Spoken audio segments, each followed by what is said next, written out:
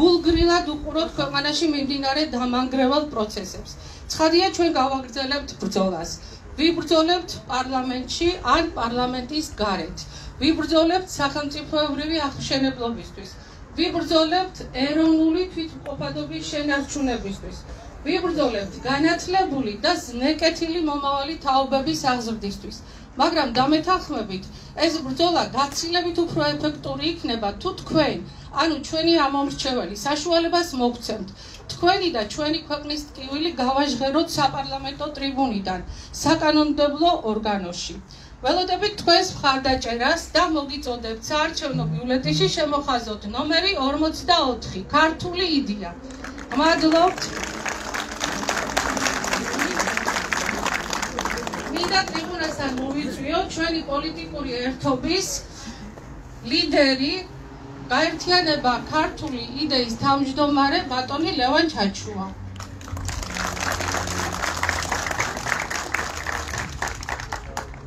ყველას მოგესალმებით, პირველ რიგში მადლობას გადაგიხდით მობრძანებისათვის. ყველამ ვიცით, რა დღეში არის ჩვენი ქვეყანა და რატომ ვართ ჩვენ ჩართული პოლიტიკაში. არც ერთი ჩვენთაგანი დღეს წარმოდგენილი აქ არასდროს არ ყოფილა არც ერთი პოლიტიკური პარტიის წევრი.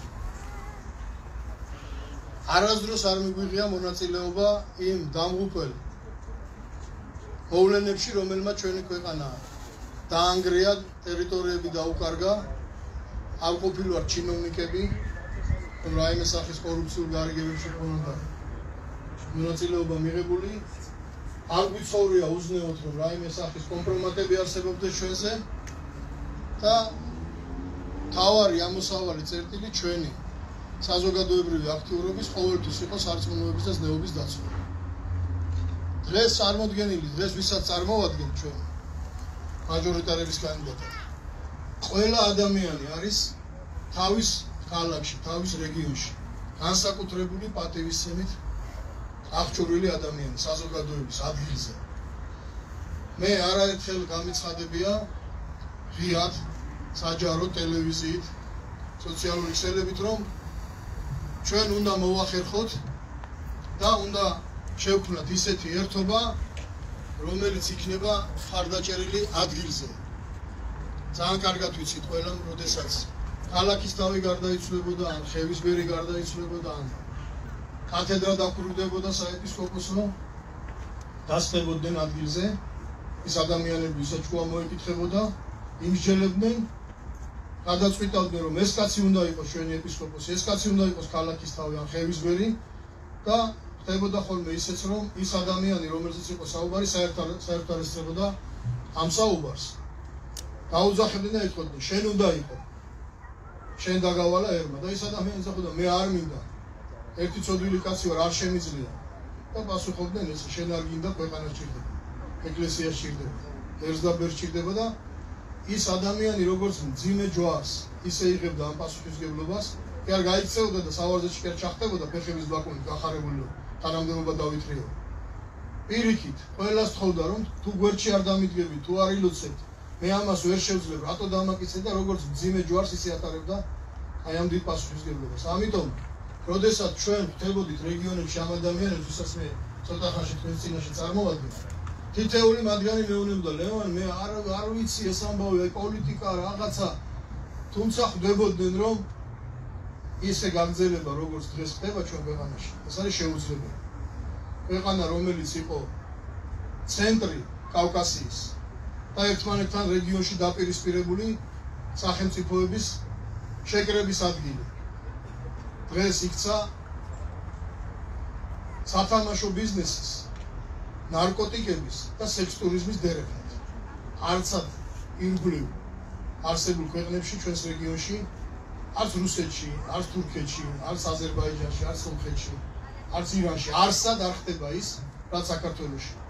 ვერსად ვერ ჩახვალ, ვერსად ვერ შეხვალ ღამის კლუბში და იყიდი ნარკოტიკს, იყიდი ქალს, ბოდიში ამ სიტყვაზე, წახვალ ითამაშებ კაზინოში და დაიცხრობ საკუთარ აღვირახსნილ ნებებს. მხოლოდ საქართველო იქცა აი ესეთ უღირს ეგრეთ წოდებული ტურიზმის ქვეყანად. და ეს იმიტომ ხდება, რომ ხელისუფლებაში 10 წლეულებია უცხოეთის მარიონეტები არიან მოკალათებული.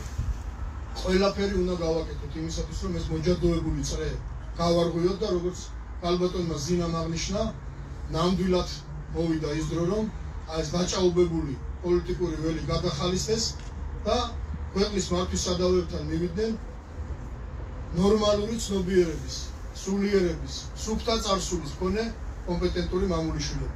მხოლოდ ამ შემთხვევაში მოხდება ჩვენი ქვეყნის ღირსეული განვითარება და მხოლოდ ამ შემთხვევაში შეგვიძლია ჩვენ თქვათ, რომ ყველაფერი გავაკეთეთ იმისათვის, რომ ჩვენს შვილებს ღირსეული მომავალი ქონოდათ.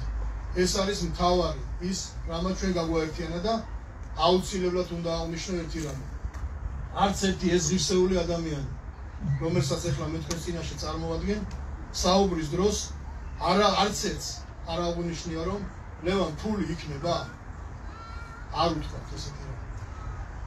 მხოლოდ სიყვარული, თანადგომით, წმენით წამოვიდა ეს ხალხი ამ ერთობაში და მე იმედი მაქვს, რომ ის უფლის სიტყვები, სადაც 2 და 3 შეიკრიბოს ჩემი სახელით მე სიყვარული, სადაც 30 და 300 შევიკრიბებით, აუცილებლად შეგვეცემა უფალი და როგორც ისტორიულად ხდებოდა შეუიარაღებელი და მცირერიცხოვანი ქართველთა ჯარი ხშირად დიდ არმიებს ამარცხებდა ხოლმე, თუ ჩვენ გულწრფელად უანგაროთ ვემსახურებით ჩვენს სამშობლოს და ჩვენს ეკლესიას, მე დარწმუნებული ვარ, რომ ღმერთი შეგვეცემა და ჩვენ შევძლებთ იმას, რომ უკეთესი გარემო შევქმნათ ჩვენს ქვეყანაში, სადაც ნაკლები სასტური იქნება ცოდვის ჩადენის მიზნით, ნარკომანიის, უზნეობის, ჩაშვების და იმ ყველაფრის, რასაც დღეს პროპაგანდა ეწევა, ყველაფრით მედიით დაწყებული ჩვეულებრივი ჩინოვნიკური ურთიერთობებით დამთავრებული.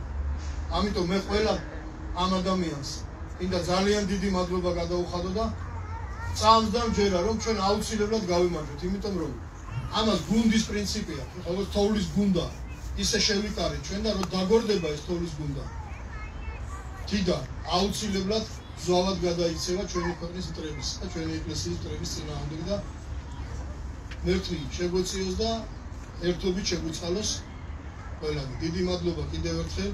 ეს იყო ჩემი სათქმელი, მოკლედ და ეხლა წარმოვადგენ პირველ ათეულს ჩვენი სიის და შემდგომ უკვე მაჟორიტარებს იმ რიგითობის მიხედვით, როგორიც არის ოლქების მიხედვით რა.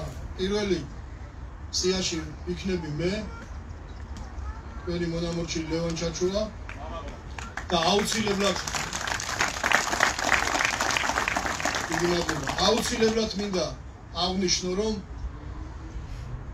ძალიან ბევრ ადამიანთან ჩვენი შეხვედრების დროს იმათთან, ვინც თავი შეიკავა ჩვენთან ერთობაში წამოსვლაზე, ამჯერად, რა თქმა უნდა, და მე დარწმუნებული ვარ, რომ ის ადამიანები ჩაერთვებიან ამ ბრძოლაში, შემოგვიერთდებიან, დაინახავენ ამ ბრძოლის პერსპექტივას და ანგარიშს გაუწევენ, იმიტომ რომ ამ ძალას აუცილებლად ანგარიშს გაუწევს სუპერა. ყველას თავაზობდი. თქვენ იყავით პირველები, ოღონდ კი მოხდეს დიდი გაერთიანება. ვინც გავერთიანდით აგერავოთ. ვინც უარი თქვა, იმედი გვაქვს, რომ შემდგომში გზაში შემოგვიერთებიან. მაგრამ ამისთვის აუცილებლად მინდოდა ხაზის გასვლა, რომ პირველობა არ იყო ჩემი მიზანი, პირიქით. გამეთანხმებიან ჩემი მეგობრები, ძალიან ბევრ ადამიანს შევთავაზე, რომ სიაში პირველები მოგვიყვება. მეორე იქნება ჩვენი თანამებრძოლი, ჩვენი გურამ ბალავანდიშვილი. მესამე სიაში იქნება დავით ცენტერაძე, ჩვენი ქობულეთელი ძმა, ასევე ქობულეთის მაჟორიტარი. გურამ ბალავანდიშვილი იქნება სამგორის რაიონში მაჟორიტარული კანდიდატი ჩვენი. მეოთხე ნომრით იქნება ქალბატონი ზინა გველესიანი, რომელიც ასევე იქნება ჭიათურის მაჟორიტარობის კანდიდატი. მეხუთე იქნება ოლეგ დევაძე, ჩვენი მარნეულის წარმომადგენელი, მებრძოლი კაცი. მეექვსე იქნება ახალგაზრდა ჩვენი ძმა, გურამ ბალავანდიშვილის შვილი, ალექსანდრე ბალავანდიშვილი. ის ასევე იქნება თელავის მაჟორიტარობის კანდიდატი. მეშვიდე იქნება ჩვენი სინდისი, და იმ ინერტული და ხელჩაქნეული ხალხის მამხილებელი ადამიანი, რომელიც არც ერთ აქციას არ ტოვებდა, ჩვენი პაატა გოგშელიძე.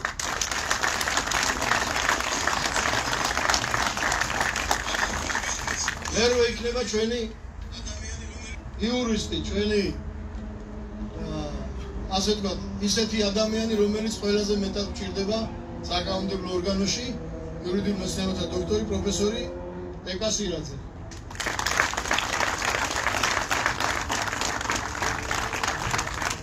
მეცხრე იქნება ბატონი ანზორ საკანდელიძე. როგორ არის ბატონი ანზორ?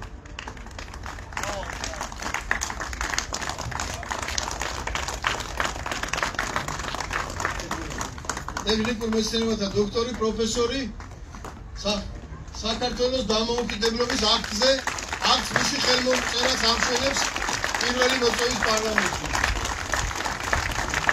და მეათე იქნება ჩვენი თანამებრძოლი, ამჟამად ემიგრაციაში მყოფი გენადი საავა. ძალიან ისეული ქართველი მამულიშვილი და იქედან გულშემატკივრი როცა და ძალიან დიდ საქმეს აკეთებს ბარსელონიდან გვეხმარება. ეხლა კი გადავალ უშუალოდ მაჟორიტარების წარმოდგენაზე. ესე იგი, მთაწმინდის და კწანისის რაიონში ქალბატონი იარ ჩეულიშვილი.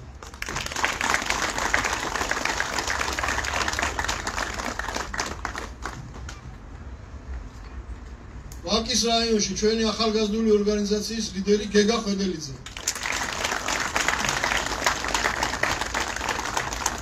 ისტის რაიონში ჩვენი მეგობარი ილია ხმალაძე. იდუბეჩუღურეთში სპეციალურად არ დავაყენეთ კანდიდატი, იმიტომ რომ ჩვენი ძმა დიმიტრი ლორთქიფანიძე იყრის კენჭს და ყველას მოვუწოდებთ, რომ დიმიტრის გაუჭირონ ხარე ამოჩი. ავჭალის და გდანის რაიონში ჩვენი ძმა თანამებრძოლი ალექსანდრე რაზმაძე. გურჯაანის საგარეჯოს და დედოფლის წყაროს სიღნაღის მუნიციპალიტეტში ჩვენი ახალგაზრდული ღვთის ერთ-ერთი ლიდერი გიორგი ბახარაშვილი. გარის კაცის მალის ლისეულის დამამავალი. ცხეთის, დუშეთის, თიანეთისა და ყაზბეგის მუნიციპალიტეტში ბადრი დავითული, ჩვენი თანამებრძოლი ხანდოს ხეველი, რომელმაც იბრძოლა იმისთვის, რომ 500 კილოვატიანი ის სადენები, რომელიც კიბოს გამოიწვევს და რომელზეც ძალიან დიდი ფული იყო გადახდილი, რომ ამ სოფელზე გაეარა, აი ამ კაცის წყალობით ის სოფელი არ არის დღეს ადვილი და ძალიან ბევრი ხარდაჭერი ყავს იქ. რუსთავის მუნიციპალიტეტში და გარდაბრის ზაზა მარგველანი ჩვენი მეგობარი ისელი კაცია. კასპის და გორის რაიონში ჩვენი ახალგაზრდობის ასევე ლიდერი ალექსანდრე ვაშაკნაძე.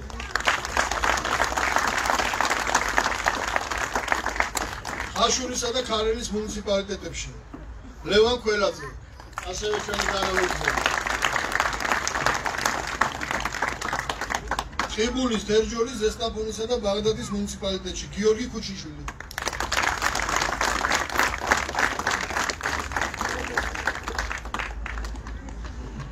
წყალტუბოს, სამტრედიის, ვანისა და ხონის მუნიციპალიტეტი ზურაბ მესხი.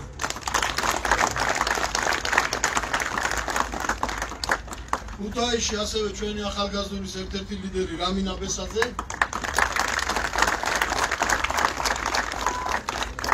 ოზურგეთის, ლანჩხუთისა და ჩოხატაურის მუნიციპალიტეტები ლაშა ხეცურიანი.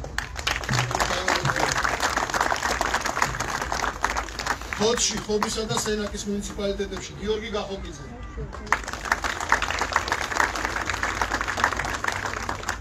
ზუგდიდში დავით არბია.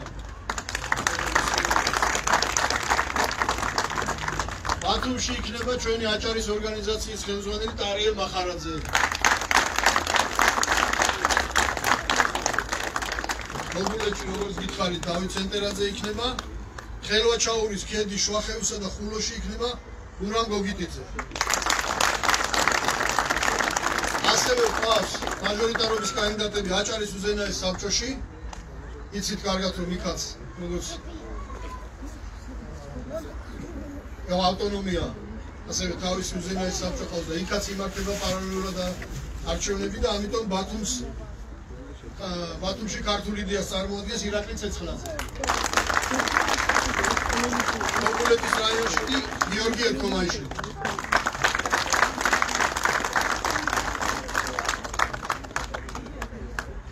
შეიძლება მეორმა დასვა შეკითხვა, რომ ცნობადი სახეები ძახიან, ხო?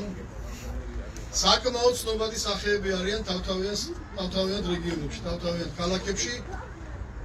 საქართველოს ძალიან პატარაა და ნებისმიერ სურვილს შეუძლია იკითხოს ამ ადამიანების წარსული ოჯახიშვილობა და ის თუ რას აკეთებენ ეს ადამიანები იმისათვის, რომ ჩვენმა შვილებმა ქართული ცნობიერები და ქართული სულიერებით გააგრძელონ ცხოვრება.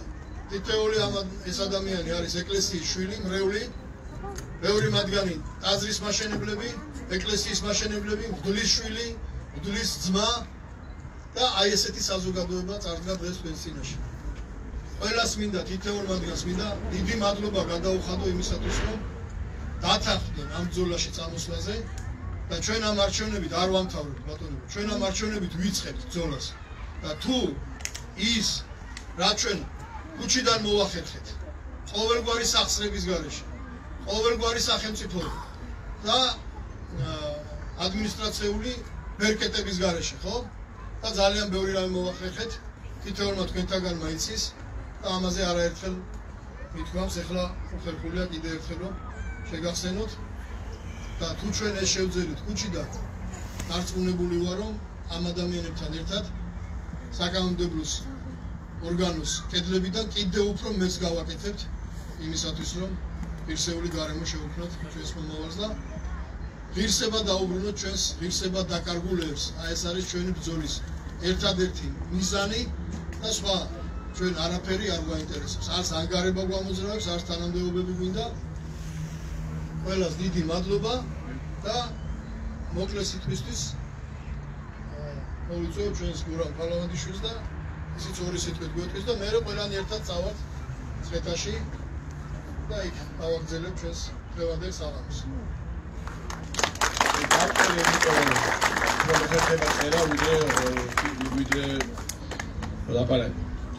დიდება და მადლობა უფალს ყველაფრისათვის. პირველ რიგში მადლობა ჩვენ სულიერ მამებს და შემდგომ ყველა სტუმარს, ჩვენ დებსა და ძმებს, პარტია ქართული იდეის მხარდამჭერებს. წმინდა ადგილას ვიმყოფებით. ერთი შეხედვით სიმშვიდეა, თითქოს არავინ გვემუქრება და არ ჯალალედინი გვაჭრის თავებს. თუმცა სინამდვილეში მაინც ომია, დაუნდობელი სასტიკი ომი. ჩვენ წინაშე კვლავ ორი არჩევანია. ან უნდა ვუარყოთ უფალი დედა ეკლესია, მისი მცნებები და სამაგიეროდ ამა ქვეყნის სიკეთეები და წარმატებები მოვიხვეჭოთ, ან უნდა უერთგულოთ უფლის გზას და სამაგიეროდ ამა სოფლისგან მოზულება მივიღოთ.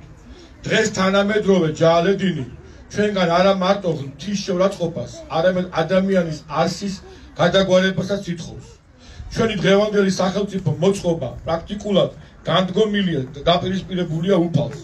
საინფორმაციო სივრცე პრაქტიკულად მთელი მედია ჩაბმულია დედა ეკლესიის დისტრაციაში.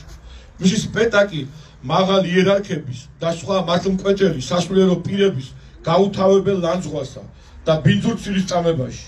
ის კი არა და ყველა ვხედავთ, უკვე პირდაპირ ფიზიკურ იერიშეც არიან გადმოსულები. რა თქმა უნდა, ეს ყველაფერი არ ხდება მაღალი ხელისუფლების ნების გარეშე. ასევე ჩვენ სახელმწიფოში, რომელიც ძალიანად იმართება გარე დასავლური იდეოლოგიით, ბნელი სატანური ძალებით, ჩვენი პარლამენტრების მიერ თითქმის ერთხმადაა დაკანონებული 10 მცნების საწინააღმდეგო უამრავი მძიმე ცოდვა. პირველი, ჩვილთა მუცლოში კვლავ აბორტი. მეორე, აზარტული თამაშები, კაზინოები და ტოტალიზატორებით მოფენილია ჩვენი დედა სამშობლოს ყველა გამოსაჩენი ადგილი. მესამე, დაშვებულია მარიხუანა და იგი საკონსტიტუციო სასამართლოს მიერ გასართობ და რეკრეაციის საშუალებად არის გამოცხადებული. რის შემდეგაც ახალგაზრდობა უკვე დაუფარავად ქუჩებში მოიხმარს მას, რათა ყველა ვიცით, რომ მარიხუანა მომავალში ძიმე ნარკოტიკების მოხმარების კარიბჭეა. მეოთხე, დიდი ქალაქები გავსებულია ღამის კლუბებით, სადაც უკრავს სატანური მუსიკა, თან აქვე იმართება ორგიებიც, კლუბ ბასიანში ამისთვის სპეციალური ბნელი ოთახებია გამოყოფილი. აქვე სრულიად თავისუფლად მოიხმარენ ნებისმიერ ნარკოტიკს, რის შედეგადაც უამრავი ცხედარი გამოაქვთ იქიდან, ხოლო სულით გვდრებს ხობინ მოთვლის. ასევე ზოგიერთი ამ კლუბთაგანი გადაქცეულია ჩვეულებრივ საროსკიპოდ, მაგალითად რუსთაველის ხიდის ქვეშ, სადაც უცხოელი სტუმრები ხშირად აღმოსავლეთის ქვეყნებიდან ირჩევენ თავისთვის მეძავებს. ასევე უამრავ ქუჩაზე გახსნილია უკვე პირდაპირ სამეძავო სახლებიც, ტაილანდური მასაჟის სახელწოდებით და რა თქმა უნდა მთავრობა აქაც დუმს, ანუ ხელს უწყობს. მეხუთე, ანდისკრიმინაციული კანონის საფუძველზე საქართველოში დაკარონდა უბლწეს საძაგლობა, სოდომია, მამათმავლობა და შესაბამისად ტელევიზიებში, განათლების სისტემაში მიმდინარეობს მისი გავეშებული პროპაგანდა. ბაღებიდან ამ სიბლწეში განსაკუთრებულად დახელოვნებული შვედეთის მთავრობის დახმარებით დაიწყეს ნეიტრალური გენდერის მიმართულების დანერგვა. ამა წლის 17 მაისის მერე პეროსკაიაზე უკვე ღიად ხშირად საქართველოს დროშასთან ერთად კიდია მყრალი LGBT დროშაც და ჩვენი მხრიდან მის არაერთხელ დაზიანების გულისთვის ასეულობით ლარით არის დაჯერებულები ჩვენი კეთილსინდისიერი მოქალაქეები. ასევე უკვე მრავალი წელია ცენტრალურ პროსპექტებზე სხვადასხვა საელჩოებისა და ღვთის ბრძოლი არასამთავრობო ორგანიზაციების დიდი ძალისხმევით ლამობენ ბინძური გაყნილების, გეი მარშების ჩატარებას. მამებო, ძმებო და დებო, სწორედ ეს ყველაფერი არის ჩვენი დღეს აქ შეკრების მიზეზიც.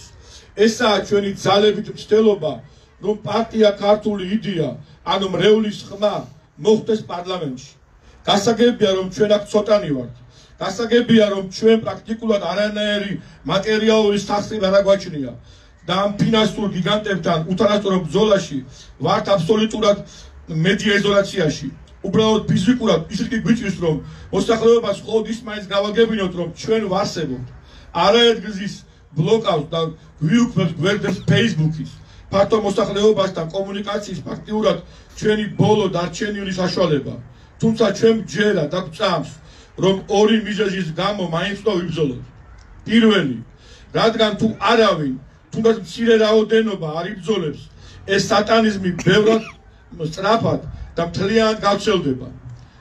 მოგეხსენებათ, რომ დღემდე სწორედ თქვენი მამების, დების და ძმების თავგანწირული წინააღმდეგობითაა, რომ ჯერ კიდევ არ ჩატარებულა საქართველოში ქვეყნის წამწყებებელი გეი პარადი, რომ ვერ შეიტანეს დიდი მცდელობის მიუხედავად აქამდე ჩვენ მომავლის საბოლოოდ გადამგვარებელი სექსუალური აღზრდა სკოლებში, რომ ვერ მოხერხდა მიუხედავად ქვეყნის პირველი პირის ზეწოლისა საქართველოს მარიხუანის პლანტაციების კულტივატორ ქვეყნად გადაქცევა, რომ სასამართლოს ზალი დაიგზალა ჩვენი დიდი წმინდანების და გმირების შურაცხყოფელი გამოსახვა და სხვა.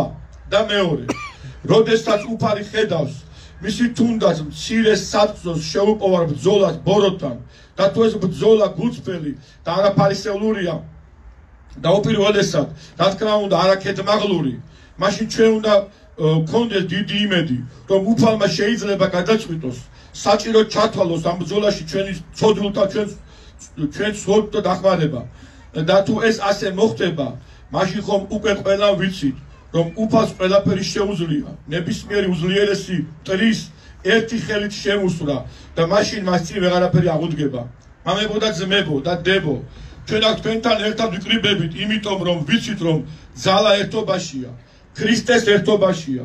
ჩვენ ვიკრიბებით და გსურს, ისე როგორც 100,000 მოწამის წამების დღეს ასე უწერიათ მემატიანეებს, რომ თურმე წამების წინ ქრისტიანთა შორის იყო გადაცახილები. ხალხი ერთმანეთს ახონებებდაო, ერთხელ ვიშვით, ერთხელ მოკვდებით, არ გავწეთო.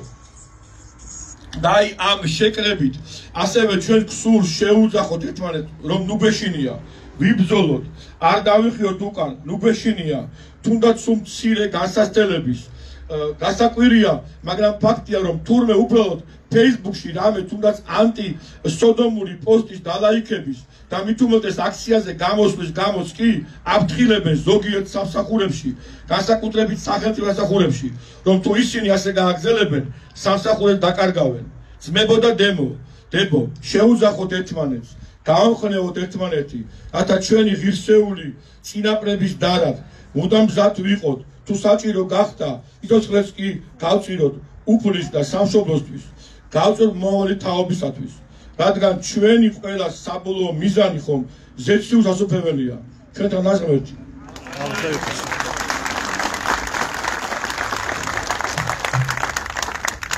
მოკლედ სამი თაობის ქართული იდეა წარმოდგენილი თქვენს წინაშე. მშობლების თაობის, ჩვენი შუა თაობის და ჩვენი ახალგაზრდობის. ასე რომ ძალიან დიდი იმედი გვაქვს იმ ღირსეული საზოგადოების, რომელიც დააფასებს და დაინახავს ჩვენს ძალისხმევას და ხარს დაგვიჩნდეს. კიდევ ერთხელ ყველას დიდი მადლობა და გელოდებით ყველას აქედან პირდაპირ მივდივართ ცეთაში.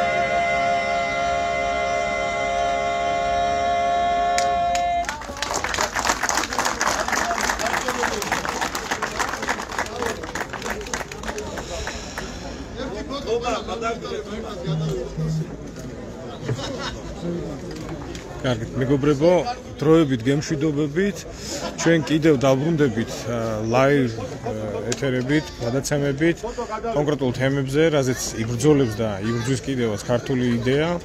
თქვენ კი გთხოვთ დაალაიკოთ და გააზიაროთ ეს ვიდეო, რაც შეიძლება მეტმა ადამიანმა რომ ნახოს ამ პარტიის შესახებ და გელოდებით არჩევნებზე და გთხოვთ რომ მისცეთ ხმა ქართული იდეა რიგითი საარჩევნო ნომრით 54 და ასეთი ფორმით თქვენ შეძლებთ ქართული ეროვნული ძალები, ქრისტიანი ხალხი შეიყვანოთ საკანონმდებლო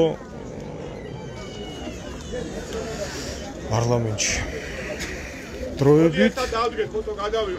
დროებით შევაშინოთ ფედერასტები.